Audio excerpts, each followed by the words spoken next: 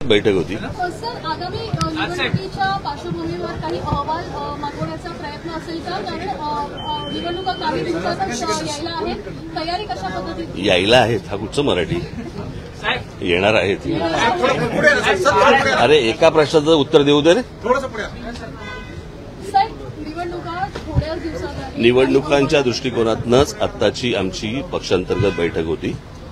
त्यांना काही कार्यक्रम उपक्रम दिलेले आहेत, त्याप्रमाणे मी आल्यानंतर मला ते भेटतील आणि बोलतील माझ्याशी। साहेब, ज्या पद्धतीनं राज्यात जातीय समीकरणाने तेढ वाढतोय त्याकडे कसं बघताय? कारण का राज्यकर्त्यांकडनं एका समाजाला आश्वासन देण्यात दुसरा समाज नाराज होतो। मला असं वाटतं आता ह्या सर्व समाजांना ही गोष्ट समजणं गरजेचं आहे। मी इतकी वर्ष या माझ्या भाषणांमधनं मुलाखतीमधनं मी सांगत आलो, या जातीपातीतनं काही होणार नाहीये।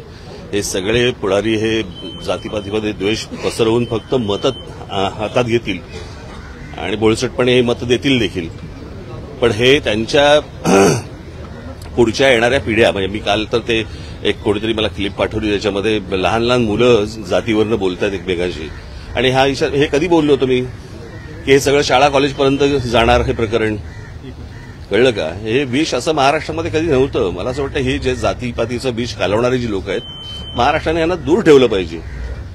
किती आवडलेलं काही असलं, किती आवडता पक्ष असेल नाही तर अजून आवडती व्यक्ती, पण असलं जर विष घालवणार असेल तर पुढच्या पिढ्यांनी कसं जगायचं?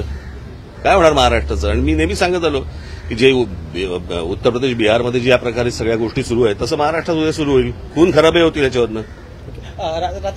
आपल्यावर पर्सनल अटॅक केले जात आहेत। आदित्य ठाकरे यांनी सुपारीबाज पक्ष सांगितलेला, बिनशर्ट वाला उद्धव ठाकरेने कहा आपको।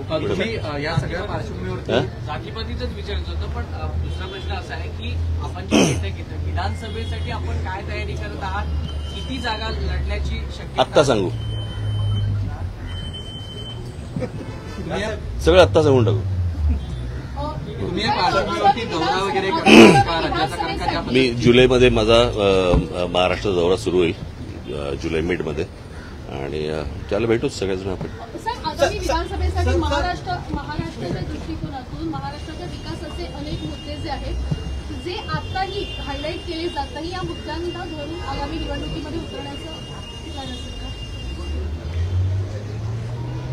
मला असं वाटतं मी आता युक्रेन आणि रशिया वॉर याचा मला असं वाटतं मी महाराष्ट्राच्या विधानसभेमध्ये प्रचार करीन। महाराष्ट्रातलेच प्रश्न येणार नो, ते त्यांचा सोडून द्या, मी माझा याचं कारण त्यांना विकासापेक्षा जातीपातीमध्ये तेढ निर्माण करणं आणि त्यातनं हाताला मतं लागतायत हे त्यांना जेव्हा कळलंय, म्हणून हे त्याच प्रकारे पुढे जाणार। मला असं वाटतं समाजाने ही गोष्ट ओळखणं गरजेचं आहे।